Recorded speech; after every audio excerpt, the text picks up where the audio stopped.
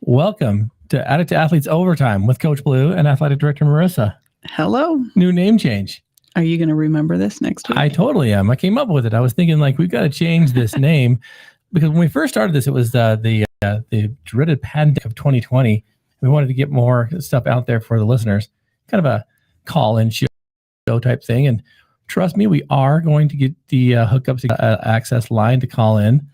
But right now we're fielding questions through our social media. So if you have any questions, you can jump on social media. We used to say Zoom, but we got rid of Zoom because we never used it. Yeah. And we're using Google Chat and we've got Google Chat. We've got Riverside, Facebook. Options. Shoot, you can get a hold of us somehow. But stay tuned as we kind of update and upgrade some of the equipment to get the lines in here so that you guys can call in. That's kind of what we want to do. But name change, moving from one-on-one live with Coach Blue to the Addict to Athlete Overtime. So it's going to be kind of a thing. Yes, and we're... Hey, as we approach the beautiful month of June, I want you guys to all remember we have an amazing team half marathon out there. This is the No One Left Behind half marathon. You can find registration right now on addicttoathlete.org. The cool thing about this marathon is you start with your team, you finish with your team. You guys stay together. Now, you can do 2-on-2, you can do 3-on-3, you can do 6-on-6, you can do however many you want. If you're a solo runner, come out anyway. We'll get you connected. But this is a great way for all of you to start together to finish together, kind of representation of what addiction, mental health, and just lifestyle is free when we're trying to do this all together. We can't do it alone. No, we can't. Yep. And I'll tell you, we've got finishers medals. Yeah, we got T-shirts, shirts. We got some great stuff that are planned. So it's going to be this June 17th. We may even have swimming. Really? In this race. We might, because Coach Jensen was out scoping our course, and we might have to have a few hurdles, but the race will go on. Yeah, no, we've had an incredible winter, and that's caused lots of runoff, but it's gorgeous and beautiful out there. Yeah. So mark your calendars. Time's running out. Let's get you guys signed up, registered. Again, it doesn't matter how many people you run with, just kind of come out and let's do this together. It's going to be a fun experience. Yes. We have people coming from Idaho, Arizona. Yeah, we do. We got some travelers coming. So it's a big deal. We should get some others from other states. Absolutely. Absolutely. And so check it out. addicttoathlete.org underneath the events tab. Marissa. Yeah. We have this amazing program called Patreon.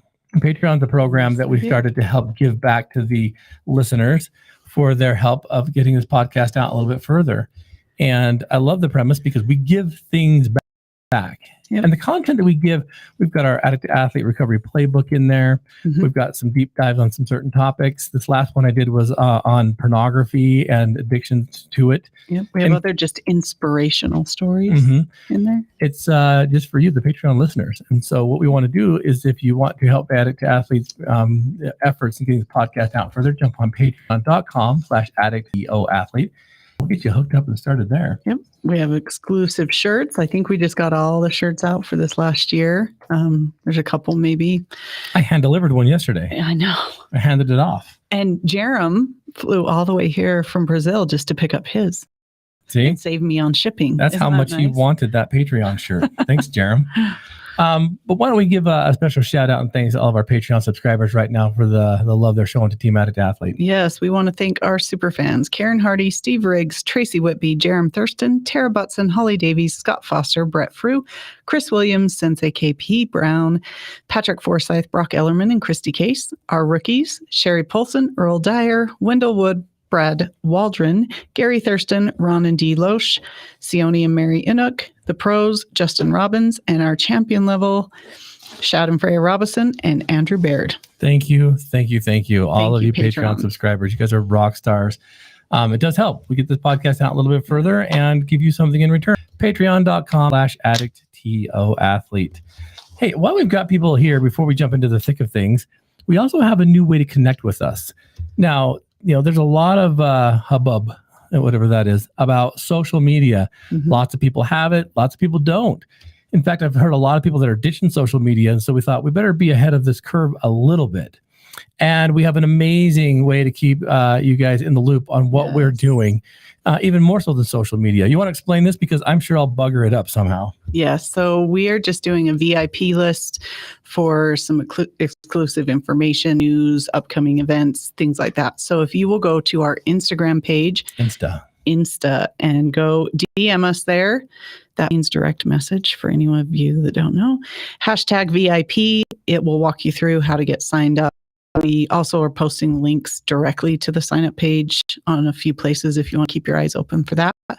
But that's the way you can kind of know about new things coming, and it'll be a fast, easy way to stay connected. I know there are people that don't do social media, and we do a lot of stuff on Facebook, and so they just don't get there and see it. So get on our VIP list so we can keep you updated on new things coming.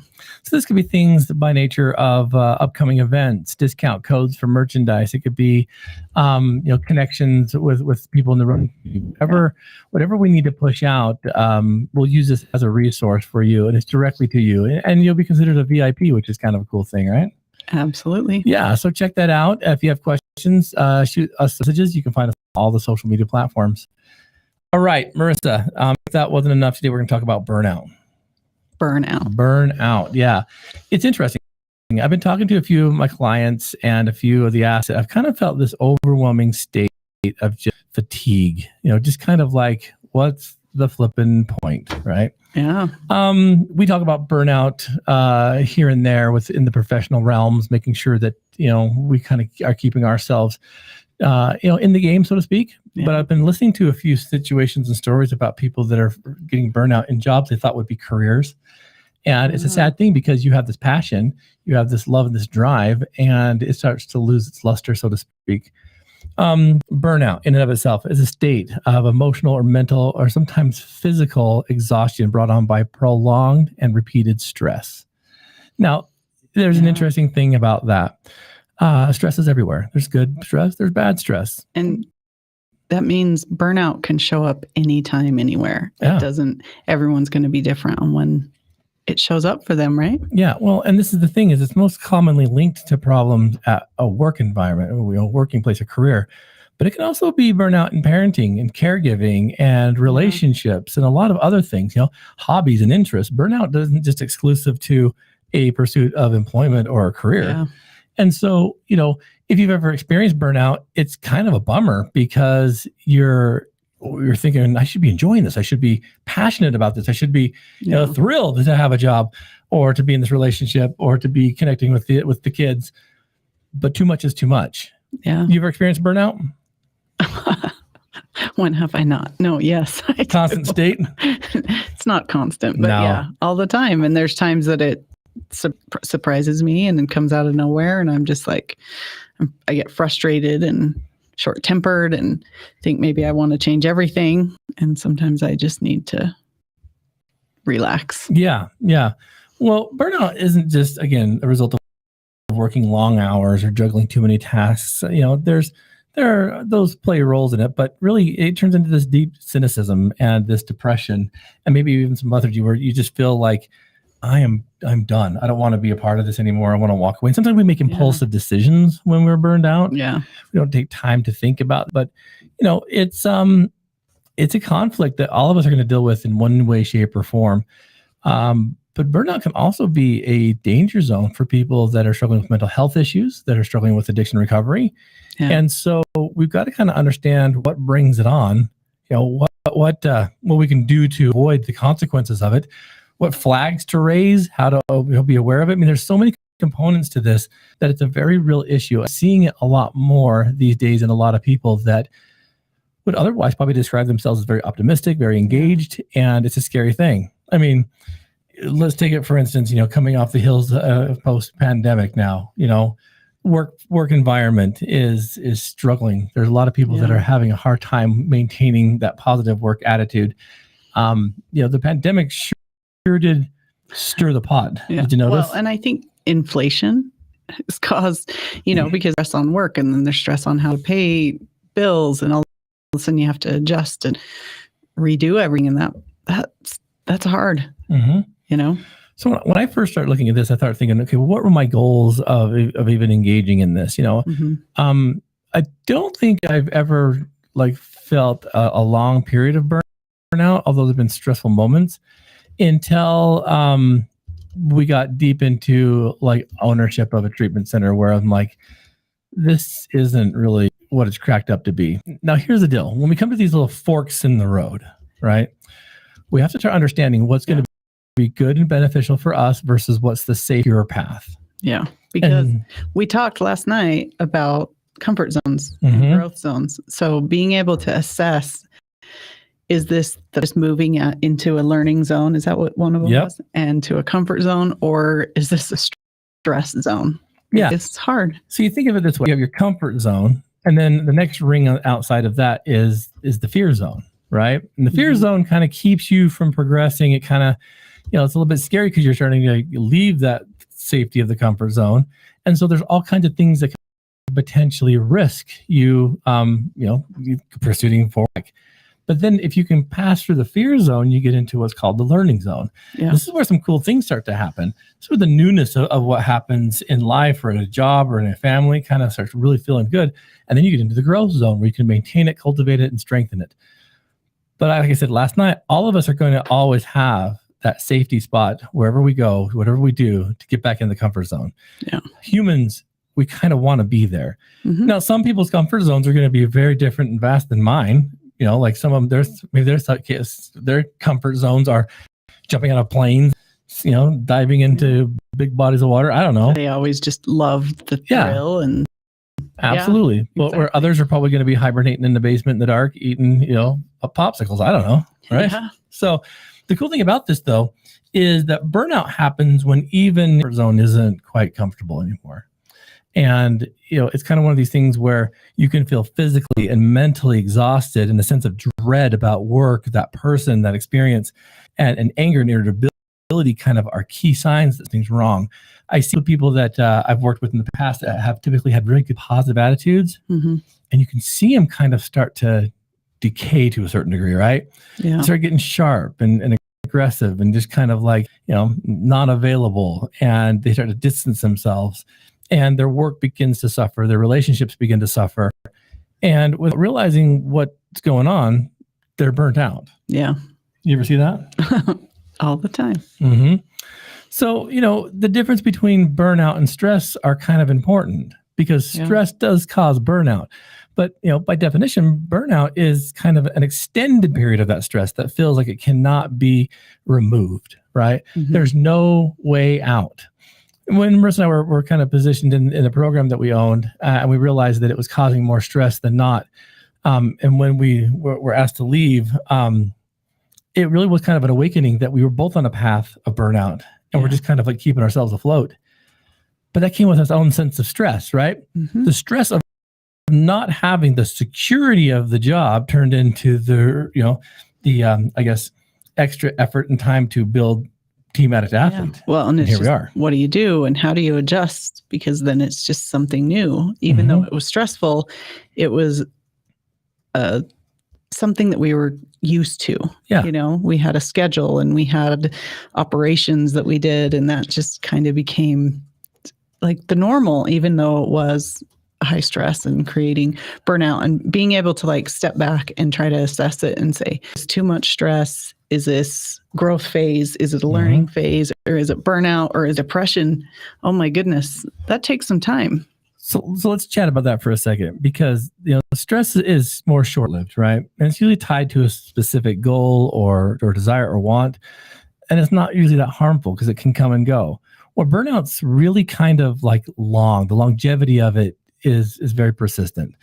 So it's an interesting thing. We're going to talk about this in a minute, but like, should you quit your job if you're burned out? I mean, should that be, I'm burned out, I'm quitting? Well, I think that's like you said, you have to look at it as like, am I going to make impulsive decisions that I'll regret later? Or do I just need to decompress? Yeah. This is where you have to dissect, is this stress or is this being burned out, right? Because again, if stress feels like it's never ending and comes with feelings of emptiness, apathy, hopelessness, things like that, it may be an indicator of burnout and not stress. most of us don't think we're prone to it because, we want to rise to the occasion. We want to rise to the challenge. But we have to be real with ourselves, and there have been a couple times where I know I've been highly stressed and I'll even qualify it as burnout. But putting in the old, the old work, the shoulder to the wheel, so to speak, specifically once when I had a very intense micromanaging boss in my life, and the guy was just a effing nightmare. And we were doing fine without the goober. And he comes in and starts turning the pot when everything was going well. I kind of dissolved our dream team, so to speak. Yeah. And everyone quit. It's like, hey, champion, your freaking mindset of micromanaging, look, did like mission accomplished? Like, what were you hoping for? But let's think back to that situation. How long did it go that you were getting stressed and you were getting to that burnout before you made the decision? Quite a while. To quit. Quite a while. But that was like the tipping point. But I remember coming to you and being like, I think it's over. And you're being like, well, okay. Yeah, because I could tell it had been happening for a while. It wasn't just like, a new boss that's just on your nerves and you're just learning how to navigate together again, And I remember you were, a lot more ornery at home, and it was affecting you mentally. It was affecting you emotionally. It was affecting our home life. And I was like, maybe then we need to look at something else. If he's not going to change and the way you interact with him is stuck, you need to make a difference. So we look at this and we say, okay, so there's this understanding that yes, you're on that path. You are experiencing burnout. Before we learn to deal with it, we have to also kind of digest. Well, then how do we maneuver through it? Yeah. What you're seeing right now in America is a lot of people that are kind of done being treated like crap. Meaning like these jobs that people are having that they used to be able to experience working at a level of high stress, of intimidation, of threat of scarcity, you're going to get fired. To the point where after the pandemic, people were like, wait a minute, I have a choice in all this kind of stuff. We were just talking about this today, right? Yeah. In the situation of colleges and universities and how everything's going to change with AI. It used to be just buckle down. You just got to work harder. And so a lot of older generations look at the kids now and just like, they don't know how to work and they're just lazy. But guess what? They have the choice. They're smarter. I remember years ago, at least here in Utah County, it was, if you didn't go to college, you worked at Geneva, which was like a steel mill. Yeah. Steel mill. And watch the original Footloose. You'll see it. Yeah. Those are like the two options. And it was like, and then you worked at Geneva for 45 years and that's it. And you didn't have any options and you just worked hard and but guess what? There are so many other options now. Information is just at our fingertips to do anything, and people can choose what really makes them happy rather than what they feel like they have to do to survive. Yeah. And so, what you're seeing now too is that people that are burned out, one of the reasons I think AI is going to be kind of an interesting, little beast is that it's to eliminate a lot of jobs, which is going to cause a lot of stress, which cause a lot of burnout. So what do we do with that though? Right? I mean, it's a good thing, AI. It's also a bad thing. So what is it? It's the way we approach it. And this is one of these things where, there's a lot of skepticism and a lot of fear and scarcity in some of what's happening, but AI will only be, today, AI is as bad as it's ever going to be. And it's pretty amazing. Yeah. You know what I'm saying? So each day you look at it, it's only going to get bigger and better. Yeah. But it's put a lot of fear and stress into people, which is going to cause burnout. And that burnout can either be fizzled into depression, isolation, mental health, suicide. Yeah. Addiction, or it can be, well, now that this is happening, maybe I can rise to this challenge. Yeah. It's going to be hard to motivate people to go back to school, to, jump over that increase of fear, to learn, get in that growth zone, because we don't know, right? Yeah. And when we don't know, we guess, and we usually guess wrong. Well, and trying to just be upset that it's here or upset that it's taking jobs. Yes, there's a time for that. We need to be frustrated, but guess what? It's not going away. People did the same thing when we had TV. Yeah. TV. And it was going to ruin radio. I mean, how dare they? Radio is better than anything. everything has something that just develops into something better. And so if you sit back and just complain about it, you're just going to be sad You're because going to burn everything's yourself out. going to railroad you right over as it continues to grow. So we have to change and grow and adapt. And it's hard, it's scary, and it's frustrating. But, that is the learning zone. That is the growth zone. And that's how we become better. That way you also can avoid burnout because, we should never plateau as humans. We should always kind of keep learning, keep kind of progressing. This is why a lot of people that get into addiction recovery, it's awesome because they get out of their comfort zone. They cross that fear zone. They're in the learning. It feels so great, but they don't realize that learning zone, that growth zone really does require you to plant more and to cultivate more and to do more. Yeah. So a lot of people plateau and they're like, well, this sucks. Burnout. Yeah. How can I maintain this? Because you're not producing. You're just kind of maintaining. Well, and if you're looking at the addiction recovery piece, that's one of the best things you can do for recovery is to be able to learn new things and create new neural pathways. Like addiction causes issues. It causes problems physically and in your mind. It burns stuff out in your brain. And one way to enhance that and to strengthen it is by learning new things, trying new things, and in that growth zone. So that's how you heal. That's how you heal. 100%. So how do we deal with burnout then? Because while some may be especially grinding and, that's like medical professionals, mental health professionals, law enforcement, those kind of things. Everyone who's running gas is going to take steps to try and alleviate whatever that is. But what if eliminating that means removing yourself from that line of movement, right? It's like we feel trapped, we feel stuck. To counter burnout, we have to have a sense of purpose. We have to reestablish why we are doing what we're doing. Yeah. I've been watching a few things on teachers right now, and we're losing lots and lots and lots of teachers. They're simply burned out.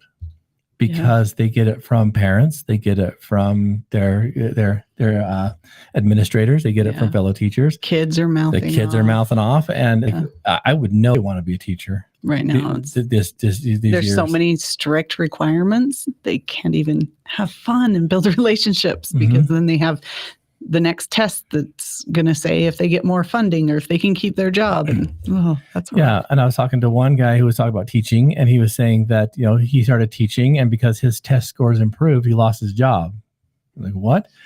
Because once all these test kids, these kids passed this class, they realized they didn't need that class anymore and just be absorbed into the other class, other teachers who didn't quite reach that mark, but they wouldn't need him. So he eliminated his job by doing his job. Wow. Because of tenure. Now, that's a whole other story. But the thing about this that I got thinking about is, if we are at a situation, and this happened after the pandemic where we lost a lot of teachers, and a lot of teachers that were burned out, I've noticed, like our kids would say, they all made these videos during the pandemic and they're still showing them. So what is a teacher doing? But here's the deal, right? This isn't just a teacher pull yourself up by your bootstraps and get it done. We need to fundamentally change the way our kids are being taught. We're teaching things they don't need to know anymore. Yeah. And that's kind of a crappy thing too, because we got the old boomers who are like, hey, you've got to do it this way, when it's like, do our kids truly need to know all of this stuff when they can say, hey, Google, or hey, Siri, or Chat GPT? I mean, here we go. AI does your job. You and I were watching a little social media with a kid who raised his hand and said, a lot of my fellow students are getting in trouble for using Chat GPT for essays. Is that cheating? Math. And I love this guy's answer. He said something to the tune of, in order to say it's cheating, it has to be a competition. School should not be a competition. No. It should be a place where you learn and grow. So what we should be teaching you is how to use the technology. Yeah. How to learn, how to have critical thinking skills, and how to decide your ideas in the world. Yeah. Can you imagine a kid, like, most addiction starts, in that adolescent / teenage year. And can you imagine, like, stimulating a kid's brain to think independently for themselves on projects, on situations, on things that they get to have hands on. I mean, look at this financial class our kids get to go through that we never had. Yeah. I mean, to balance a checkbook, what is a checkbook these days? To be able to know what investments are, to understand the stock market, to understand like what inflation is, what interest rates are. It's required now, but it's still like half of a semester one time. I'm like, you guys need like 2 years of this. I'm sorry. Math is fantastic, but you don't need it anymore because every phone they carry, guess what? Has a calculator. Yeah. And even more important than that, it has a little search bar. Photo math. We have photo math. When I saw photo math, I was so pissed because you take a picture of the frame and it plots it out on how to do it. It tells you step by step by step. Yeah. I got thinking, you've got to be kidding me. So we need to start turning this stuff around back into, having these kids become creators again, have them start thinking again, have them start inspired to be the more improved, better, the Steve Jobs, and those kind of kids. Well, and I think when you look at it, how to deal with that burnout too, then is how do I reassess my life? How do I reassess, is this something I am passionate about and I just need a break? It's going to be taking some time, taking a break, talking to somebody. Mm-hmm. Sometimes our view is very good and a mess, and it's hard to assess and make a choice and a decision. So talk to multiple people, reach out and ask for feedback, help, ideas. Don't try to figure it out yourself, because when you're burned out, you're not going to be able to think clearly. You're not going to be able to make the best decisions. Mm-mm. Right? Yeah. And school. I know my youngest boy, he is burnt out with school. How do you tell? Oh man, dozen texts a day. I can't handle this. So here's the deal, right? Do we force him to be there because we never got to go home? Yeah. It's a different environment too.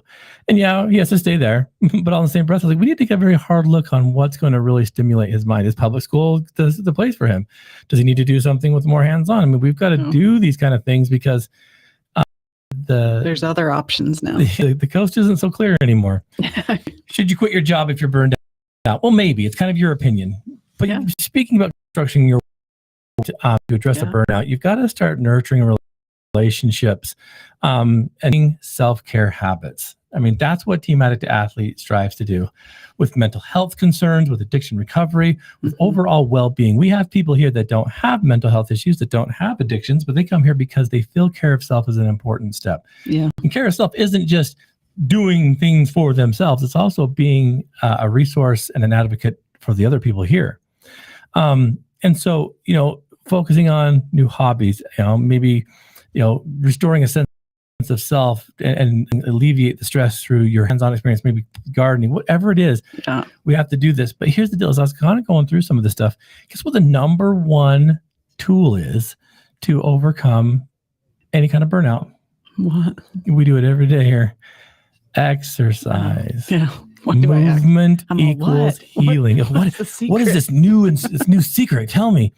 Movement equals healing. If you start looking at some of the causes, it's because we become sedentary, we become stuck, we become isolated, we become alone. Mm-hmm.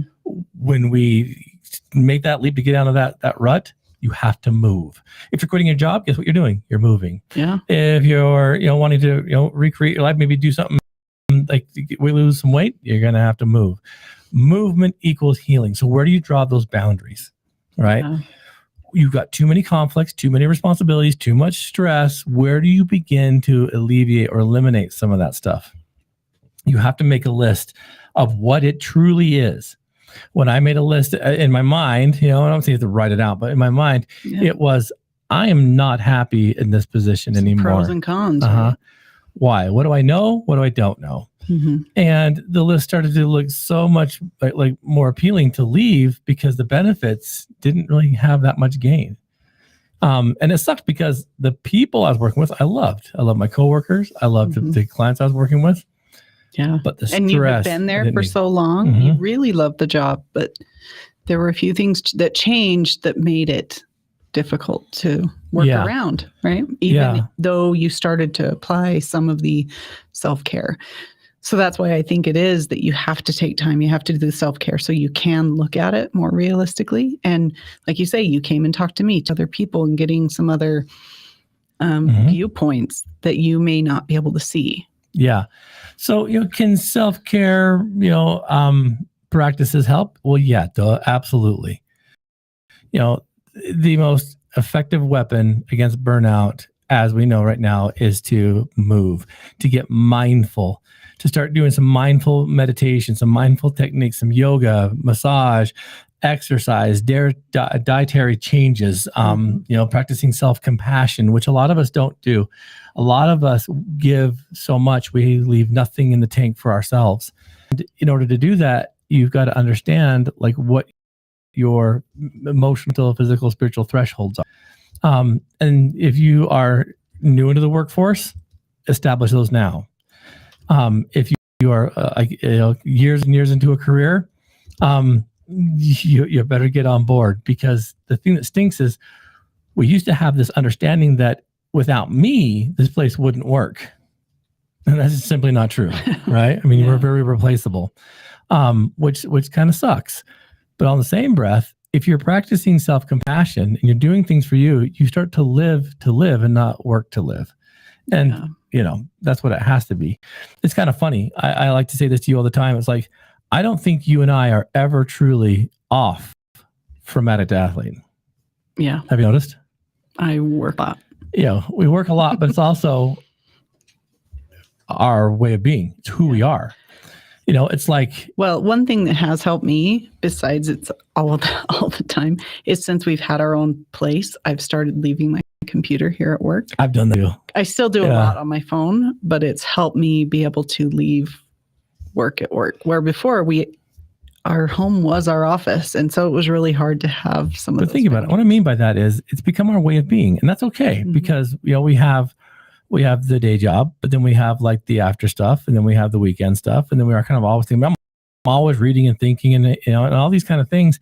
And I'm like, well, why haven't I got burned out then with this? Well, it's because you do all the work and I just get all the glory.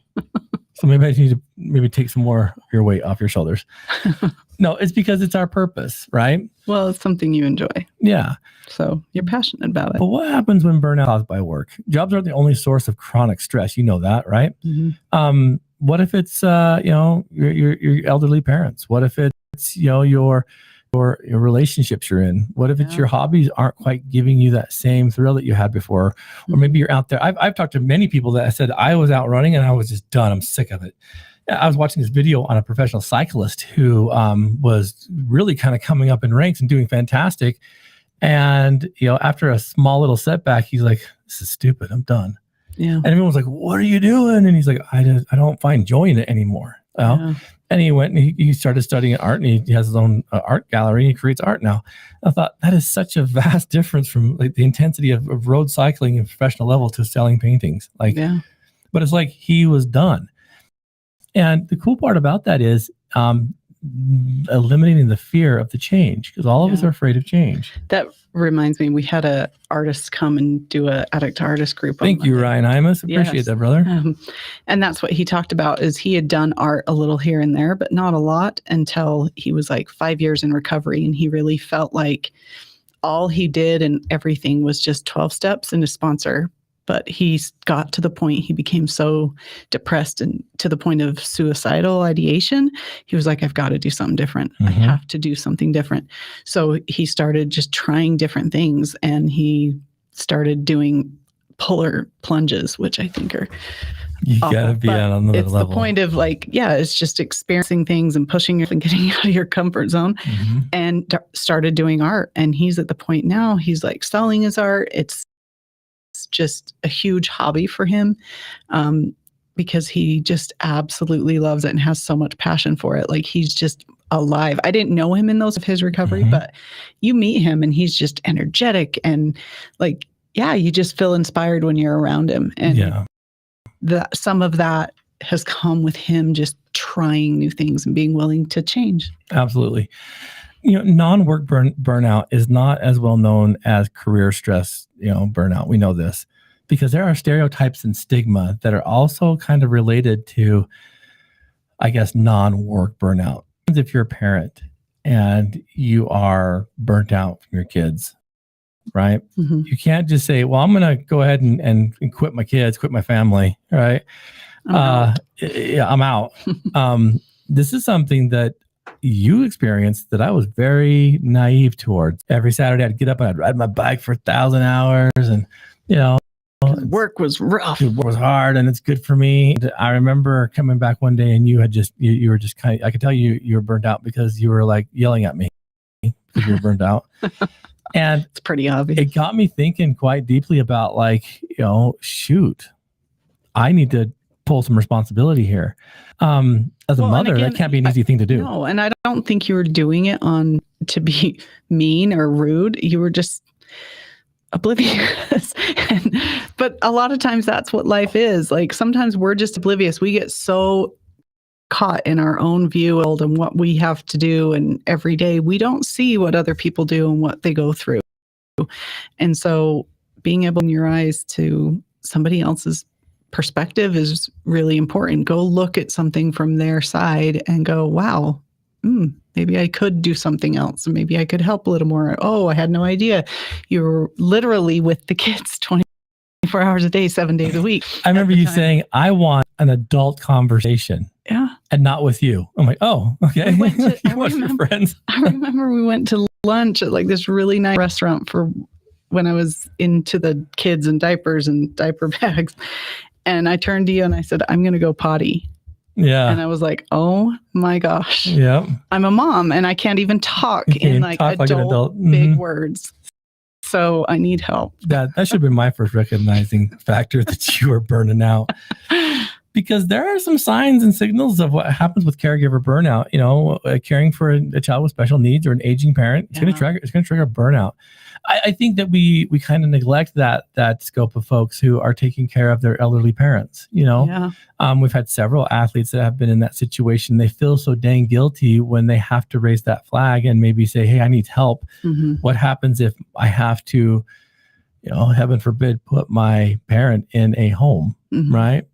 It's like, well, shoot, that's one of these things where there's such guilt and remorse, but yet you can't do it alone. I think every family has a responsibility to step up, but so many other people think, well, so-and-so will take care of it and so-and-so will take care of it.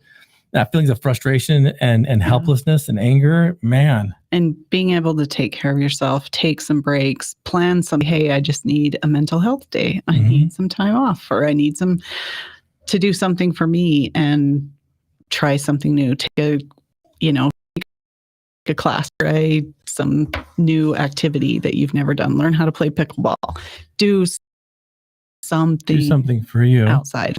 But also we have to understand that you have a family system that also probably needs to either assist you or you assist them in the day-to-day, week, month-to-month holiday that you'll do with your own family. We had a family system situation in your family where your oldest sister was the one that kind of planned everything. Yeah. And for years, we're just like, hey, cool, we'll be there. Awesome. And then I remember she's like, I'm done. How many family gatherings have we had? Not many. Why? And people think what I know there's been rumor like, oh, why is she so mad? She's not mad. She's burned out. Yeah. Why was the expectation that she was always the one that did the planning? Exactly. Why did no one else do it? Well, because she did it. But if she's not doing it and you want to do something, then you plan it. Yeah. And so, and that's a hard thing too, because again, sometimes we're so dang naive that we just kind of stumble through it. And I'm the most naive person in the world when it comes to that kind of stuff. We had some missionaries from our church come over a couple of weeks ago, and it was raining and snowing outside. And I was so dang dense that I didn't realize that they were kind of hinting they wanted to ride, but I'm like, well, see you later. Pushed them right out the door. And you're like, all the kids. I thought there was a reason that you were like, no, they need to walk. Or blissfully ignorant. And the kids were like, dude, they wanted to ride. I'm like, oh, I felt so guilty. But that happens too, where we become so fixated on what we're doing. Forget there may be people around us that need help, that need assistance, that just need a little bit of recognition. Yeah. Because they're on that path of burnout. There's a lot you can do. If you need help with it, reach out, addictoathlete.org. There's stress relieving techniques. We'd love to have you guys start following us on whatever platform. We'd love to get you invited and involved on Team Addict to Athlete, because movement equals healing. Yes. You can have the world's worst day. You go out for a run, you come back, you can solve world hunger. It's just the way the brain operates. And it seems counterintuitive because you're like, that takes more effort. Mm-hmm. But try it. Absolutely. You'll feel better. Do something for yourself. That's why I'm so glad that Ryan came with the art thing, because it did just watching everybody kind of be nervous about it, but then to fully embrace it was kind of a cool thing for the time I was here. Yeah. He created a space where it was like, there's nothing right, nothing wrong. We're just going to create, and it doesn't matter what you do, nothing. And all of a sudden I saw people would be really hesitant about I'm not a good artist, or I did this right, or I'm a mess. Just doing stuff, and we did. Absolutely. That's what you see these things popping up where people they go and they I mean, there's like they go into a room at a building and they like break stuff. Like you pay to go break things. Like they get you in like safety goggles and then you go and you like Nice sledgehammer a therapy, computer. Anger management is awesome. It's like an Office Space, that scene where they're all busting the printer because they hate it. Yeah, it's the best. Right. So do it the healthy way. Don't do it the way that you'll be maybe arrested and held for some felony. So don't relieve your burnout that way. Thanks so much for joining us today on the Addict to Athlete Overtime. I hope that's helped. Please reach out to us. You'll find us on all of the social media platforms. This live broadcast will be turned to become a podcast this Friday. And listeners, athletes, all those in between, go turn your